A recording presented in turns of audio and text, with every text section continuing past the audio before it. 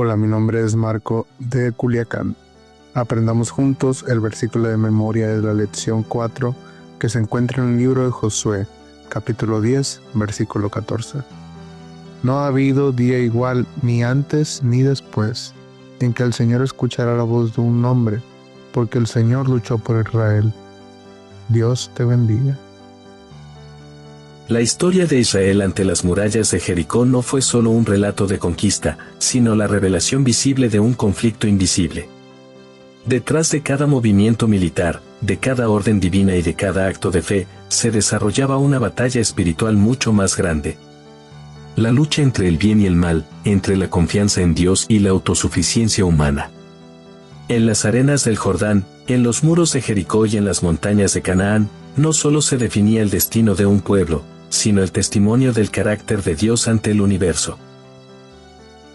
Toda la semana nos ha mostrado cómo el conflicto espiritual se entrelaza con la historia humana. El comandante del ejército del Señor revelado a Josué el domingo nos recordó que el liderazgo divino no se somete a nuestras categorías humanas. El lunes vimos que la guerra visible en Canaán reflejaba una guerra celestial mucho más antigua, iniciada por la rebelión de Lucifer. El martes comprendimos que Dios es un guerrero justo, cuya lucha no surge del deseo de destruir, sino de restaurar la justicia.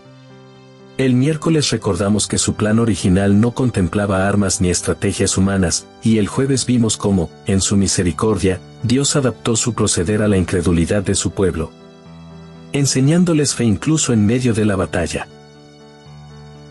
Cada escena de esta lección revela el mismo mensaje.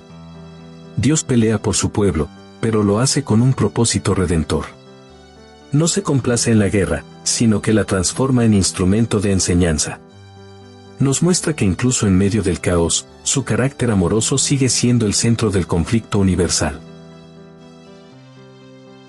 Bienvenidos, mi nombre es Augusto Palacios y esto es Estudiando la Lección.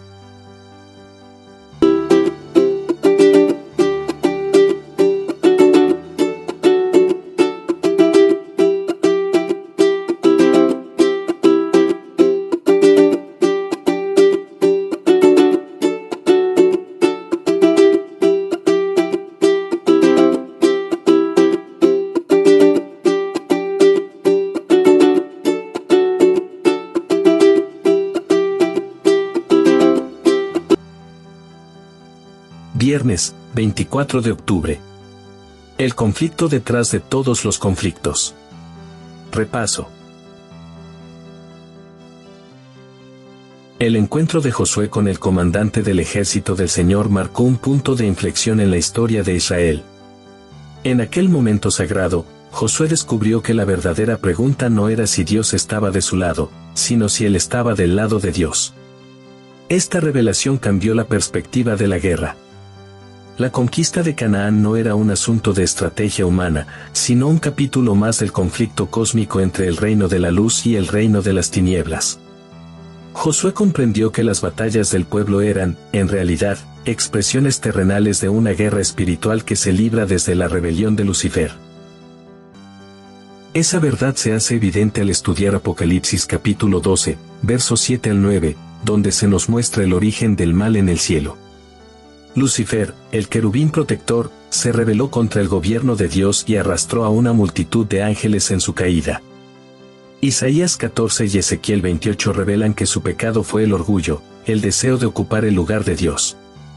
Desde entonces, toda la historia humana ha sido escenario de ese mismo conflicto. En Canaán, el enemigo no era tanto el pueblo cananeo como la idolatría y la corrupción espiritual que representaban. Lo que estaba en juego no era territorio, sino la lealtad del corazón. Dios, en su justicia, permitió que ese conflicto se manifestara para revelar su carácter ante el universo. Las guerras de Israel, lejos de ser actos de conquista impulsados por ambición, fueron actos pedagógicos de fe. A través de ellas, Dios mostraba su fidelidad y su poder. En cada batalla ganada, el mensaje era claro. El Señor es el verdadero guerrero. No pelea por venganza, sino por redención. No destruye por odio, sino para preservar la vida. Su guerra es santa porque su causa es justa. cuando Moisés y el pueblo de Israel se enfrentaron al Mar Rojo, Dios estableció su modelo ideal. El Señor peleará por ustedes, y ustedes estarán tranquilos. Éxodo 14:14. En esa escena, la única estrategia fue la obediencia. El pueblo no necesitó espadas ni escudos, solo fe. Sin embargo, con el paso del tiempo, la fe de Israel se debilitó. La incredulidad los llevó a asumir la lucha por sus propias manos. Lo que debía ser un testimonio de confianza se convirtió en una guerra de supervivencia.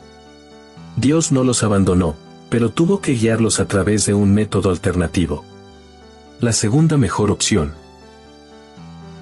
Esa segunda opción, explicada en el estudio del jueves, nos muestra un Dios que desciende hasta el nivel espiritual de su pueblo. En lugar de imponer su ideal por la fuerza, adapta su proceder a su realidad. Les enseña a depender de él incluso cuando empuñan la espada. Así, cada batalla se transforma en una oportunidad de fe. En Éxodo 17, mientras Moisés levantaba las manos y Aarón y Hur lo sostenían, Israel aprendía que la victoria dependía del cielo. En Josué 6, al marchar alrededor de Jericó en silencio, comprendían que la obediencia era más poderosa que las armas. A través de la historia, Dios ha continuado enseñando a su pueblo esa misma lección. La guerra visible de Israel es un símbolo del conflicto invisible que todos enfrentamos. Nuestras batallas no son contra carne ni sangre, sino contra los principados y potestades del mal. Y, como en los días de Josué, el poder que nos da la victoria no es nuestro, sino el de aquel que pelea por nosotros. Por eso, cuando enfrentamos pruebas, desafíos o ataques espirituales, la promesa sigue siendo la misma. El Señor peleará por ustedes. Este gran conflicto cósmico se resuelve plenamente en la cruz. Allí, el comandante celestial no empuñó una espada, sino que entregó su vida. En ese aparente acto de derrota, Dios venció al enemigo más poderoso: el pecado. Lo que en Canaán se anticipó con trompetas y muros que caían, en el Calvario se consumó con un grito: consumado es. Desde entonces, toda victoria espiritual que experimentamos es una extensión de esa victoria definitiva. No peleamos para vencer, sino porque ya hemos vencido en Cristo. La lección también nos recuerda que el plan original de Dios nunca cambió. Su propósito no era que Israel viviera de la guerra, sino de la confianza. La guerra fue una concesión temporal, pero la fe es un principio eterno. Cada milagro, cada intervención divina, cada conquista debía dirigir la atención del pueblo hacia la promesa de un futuro sin conflicto. Esa promesa sigue vigente para nosotros. Un día, el Señor no solo peleará por su pueblo, sino que erradicará toda forma de maldad. La guerra terminará y el universo conocerá una paz que no se quebrará jamás. Hoy, como iglesia, seguimos en medio de ese mismo conflicto.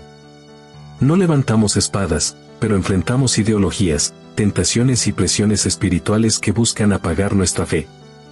Dios nos invita a luchar, no con violencia, sino con perseverancia, oración y fidelidad. Nuestra fortaleza no está en nuestras estrategias, sino en su presencia. Cuando el corazón aprende a descansar en Él, incluso las murallas más imponentes comienzan a caer. En los días finales, el conflicto espiritual alcanzará su clímax, y como en los tiempos de Josué, solo los que permanezcan del lado del comandante celestial estarán seguros. La victoria final no será para los fuertes, sino para los fieles, no para los sabios según el mundo, sino para los obedientes según la fe. Porque el mismo Dios que peleó por Israel sigue peleando por nosotros, y su promesa no ha cambiado. He aquí, yo estoy con vosotros todos los días, hasta el fin del mundo. Te invito a seguirme en mis redes sociales, Facebook, Instagram, Threads y X. De domingo a viernes encontrarás 2 preguntas diarias, publicadas a las 2 de la tarde y a las 8 de la noche. Están pensadas para ayudarnos a reforzar lo que aprendemos y abrir espacio al diálogo. Tus comentarios son muy valiosos y siempre enriquecen nuestro estudio. Anímate a participar y comparte tus ideas con nuestra comunidad.